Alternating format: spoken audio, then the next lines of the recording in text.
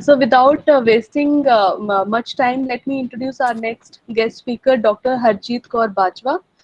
Dr. Harjeet Kaur Bajwa will be speaking on very interesting and promising topic, bamboo, a future perspective, crop of India, which is again a very interesting topic.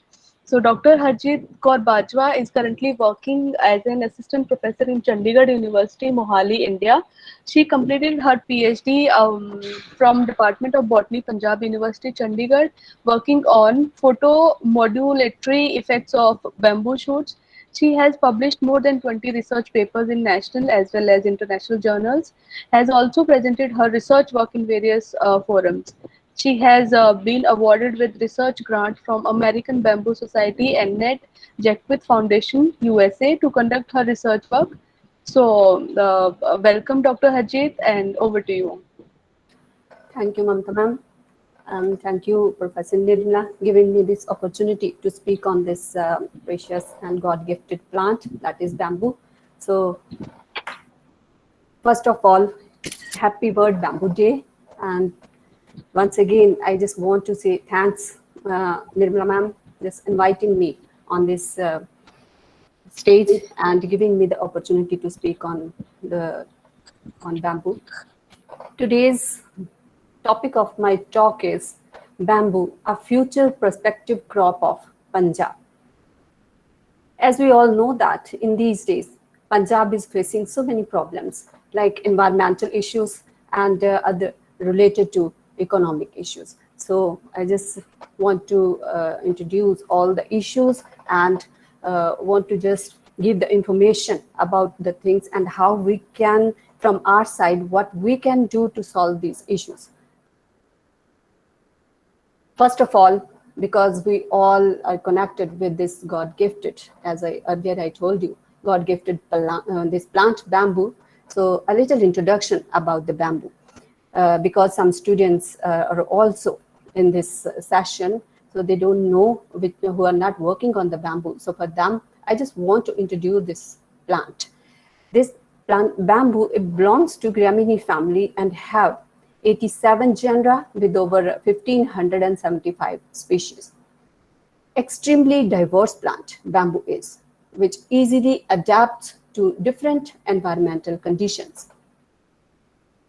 India is the second largest bamboo producing country after China, with total 148 species in 29 genera. So it has many uses, mainly in construction, furniture, food, medicine, biofuels, fabrics, paper, pulp, charcoal, and many more uses, as the speakers told earlier, Sanjeev sir and Santosh, Natasha. So, because we're just talking about the crisis in Punjab. So, Punjab is a state of India. It's located in the northwestern region of India, and it's a heart of India's Sikh community.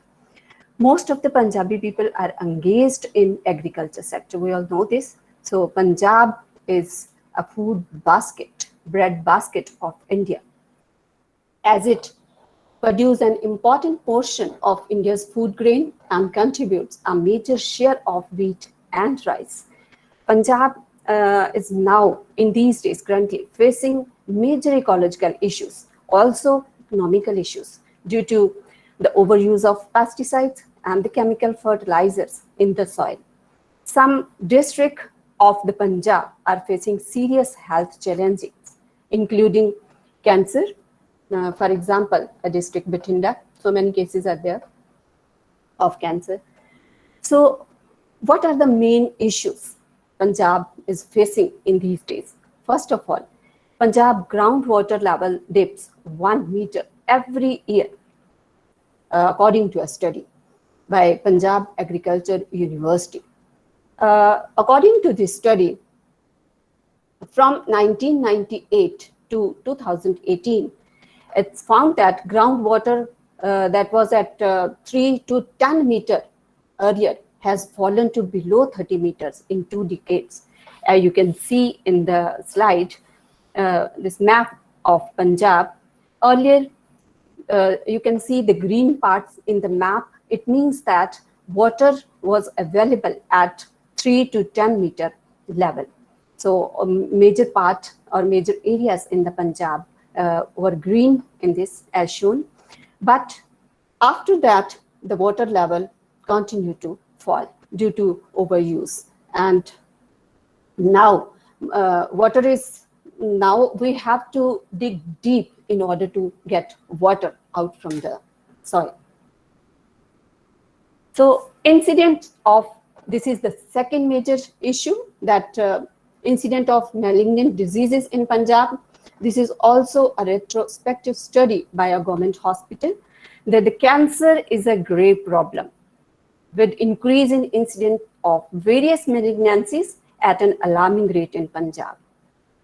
And crude annual incidence rate of all cancers in Punjab has increased from 58 in 1990 to 85.5 in 2016. While crude mortality incidence ratio of all cancers in Punjab is 0.61 in female and 0.81 in males. A total of 4,270 patients, that is 41.65% in the age group of 41 to 70 years, were diagnosed to have malignant disease on histopathology, out of which 2,341, means 54.82%, were female, and 1,929, that is 45%, were males. So leading cause of malignancy were the means of cancer, the female genital organs, means which are the body parts mainly affected by the cancer. Female genital organ, that is 20.05%, followed by breast cancer, I'm talking about the female, that is 18.17%, and cancers of lip, oral cavity, and pharynx, that is 15.36%. Now, causes. What are the main causes according to the experts? The main causes behind all these issues the Punjab is facing currently are the monocropping and faulty cropping practices. Monocropping means growing one crop and only one after the other. Double monocropping of winter wheat and the summer rice. Now, we all know that has increased the grain harvest in Punjab since the 60s, resulted in water use beyond its sustainability due to increased demand for irrigation. The rice field in Punjab state are consuming 85% of all fresh water supply. The excessive use of chemical fertilizers and pesticides, the second cause according to the experts, and the soil. In addition, the soil of Punjab have also become deficient in micronutrients in the space of 45 years. So, a great concern. According to International Rice Research Institute, IRRI, feels that the situation has reached such an alarming proportions that questions are now being asked as to what extent rice cultivation should be permitted. There has also been a major reduction in the planting of crops that use less water. We all know that. And the previous time in the history, most of the Punjab farmers, they used to grow pulses, millets, vegetables, fruits. But in these days, because the previous old, our forefathers, they are very hardworking. Reason being that the today's young generation is not hardworking, but they don't want to work on in the farms and in the field, but they just want a white-collar job. But this all leads to some environmental issues. So pulses, millets, vegetable, and fruits should be included in the cropping system of the Punjab. Now, according to R. Pachauri, Chief of Intergovernmental Panel on Climate Change, IPCC, according to him, what will be the future of Punjab agriculture if we will not think about all the issues? As every day media is updating all the issues and side by side making us aware that if we will not take the further steps in order to think about the issues and we will not try to solve the issues, what would be the future of the Punjab agriculture? There will be a major effect on agrosystems in Punjab due to climate change, said R. Pachuri. The depletion of soil water will result in moisture stress, poor harvest, and lower productivity. And also, the increase in need for irrigation, it will probably lead to higher cost of production. So, drought in various parts of Punjab state are probably the result of this climate change. Hot winds will keep away the regular monsoon and bringing drought to Punjab. It's a prediction by this chief, this R. Pachuri. This will intensify the coming years, resulting in the increased desertification of Punjab. So it's not means in the future, just like Rajasthan, Punjab will be a desert. So we have to take this step. This is the time now. We have to think about all the things. As I belong to Punjab, I'm working on some God-gifted plants or the plants that can help to solve these issues up to some extent. I'm not saying that all the issues will be solved if we will just plant the bamboo. And but this plant, I'm sure, has some capabilities that can solve these issues up to some extent. So at last, what he suggested that economic liberalization of Punjab will be essential to the opening up of agriculture, which will lead to diversification of cropping patterns in the changing climatic patterns. This was the suggestion from R. Pachuri, Chief of Intergovernmental Panel on Climate Change.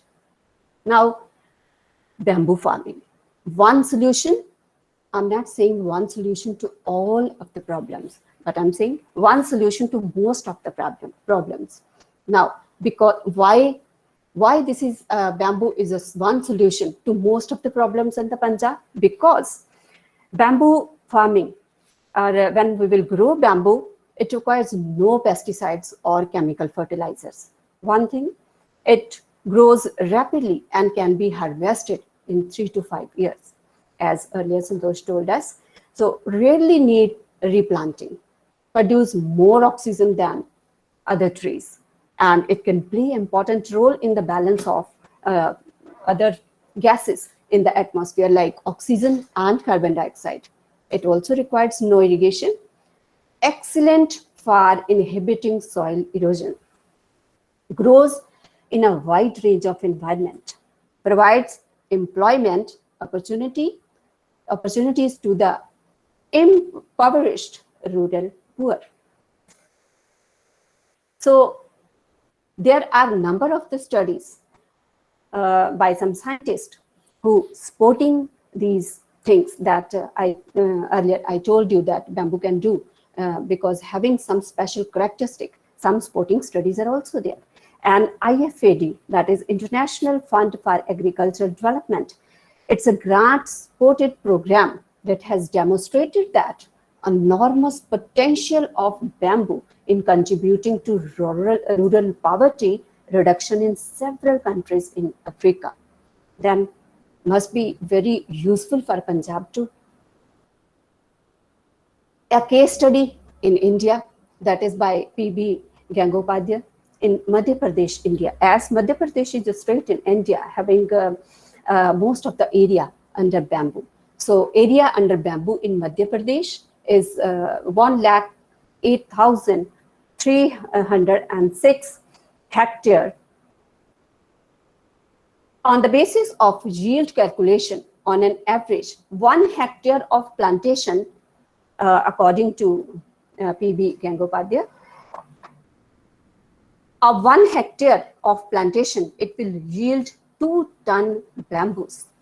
Thus, the productivity from plantation area has been assessed as 54,153 ton per annum in 4 years cycle. Total production of bamboo is estimated as 3,46,685 ton. So on the basis of average market rate calculated as rupees 6,800 per ton, the value of this bamboo production per year works out of rupees 2,358 million. So bamboo plantation is economically more viable according to this case study. Bamboo plantation is economically more viable than teak and of eucalyptus. We all know that teak and eucalyptus are the good source of wood, but according to this study, bamboo is more viable than the teak and eucalyptus. This study proves that bamboo not only meet the demand of the consumer, but it will also provide employment opportunity to the rural poor, because now this is also the demand of the time, because most of the Punjabi people, Punjabi youth, it's migrating to other countries in order to get a good life, luxurious life, and job and all these things. So most of the young people now in these days, very less people, students are coming in the Indian universities, and we keep on searching that. Data shows that most of the students, what is the reason behind this? Most of the private universities are not getting enough students to teach. Most important reason, if I will talk about the Punjab, is unemployment, lack of job opportunities. So if we will just give the opportunity to our youth, definitely they will get a chance to do work here, because we all know that in the foreign countries, what they're doing after 12th class, only few students are there who are getting higher education, because they all belong to the farmer or agriculture family, so they don't have enough money to give their children a higher or good education. But the student, what they're doing there at a young age, at this stage when they are very energetic, they can change the future of India. But still, they are doing labor there. It's very unfortunate. So it's our responsibility who are just working on these areas to provide the employment opportunity to our youth, so that they can stay here and they can work for the benefit of our country. Now, the efforts are, it doesn't mean that the Punjab government is not doing anything in the case of bamboo. So efforts of Punjab government to make the state self-sufficient in bamboo cultivation. How? Punjab government, in order to promote bamboo farming in the state, has launched a central government-sponsored National Bamboo Mission Program, NBMP. This is a scheme launched by Government of India in October 2006. In this scheme, Punjab has been chosen as a nodal state by Agriculture Ministry for promoting cultivation, value addition, processing, and marketing of bamboo crops in the state. Under the mission, 1,000 hectare of forest area and 1,000 hectare of non-forest area will be covered. It has been estimated that initially the scheme will benefit around 3,000 farmers, and the farmer can earn approximately 30,000 per acre with the cultivation of bamboo crop, according to the Punjab government. Now, NBMP's achievement, what this scheme has achieved till now. So this, in all the states, this scheme has done excellent work with regard to bamboo plantation on forest land. Since 2006 to 7, 3,61,791 hectare of land have been covered with bamboo plantation. This is excellent work done by National Bamboo Mission Program under this mission. A total of 1,466 nurseries have been established, right? In different states, 61,126 farmers and 12,710 field functionaries have been trained in area of nursery management and bamboo plantation. Similarly, 39 bamboo wholesale and retail markets near villages, 29 retail outlets, and 40 bamboo bazaars have been established. So these were the achievements, but what are the expectations? This will contribute to doubling the farmers' income and also generate more employment opportunity for skilled and unskilled workers, especially youth in the rural area. Now this scheme also has some drawbacks. The plantation of non-forest area. What are the drawbacks? Why the all farmers or most of the farmers in the Punjab are not getting benefited from this scheme? Why? Because the plantation on non-forest area land involving farmers and private landowners has not taken full momentum. Why? Transfer of technology through training and demonstration form an integral part of NBM, but quality of training need to be further upgraded to improve the practical knowledge and skills of the stakeholders. Now, current status of bamboo in Punjab, area under bamboo 44 square kilometer. This is, I'm talking about Punjab only. Bamboo bearing area as per India State of Forest Report, ISFR, 2011 75 square kilometer. Change in area with respect to ISFR minus 31. Bamboo density in forest area is also square kilometer. Pure bamboos in Punjab are 0. Dense 6. Scattered 28. Regeneration crop ton. Recorded forest area in Punjab is 3084, but with no bamboos 3041. Here we can estimate that only little area is covered under bamboo. So what are our aim? Why we are just doing this? To create awareness about the importance of bamboo as a versatile material for sustainable lifestyle. The advantage of bamboo is manifold. So compared to the other monoculture plantation, it can be planted to reclaim severely degraded site, and it's a good soil binder.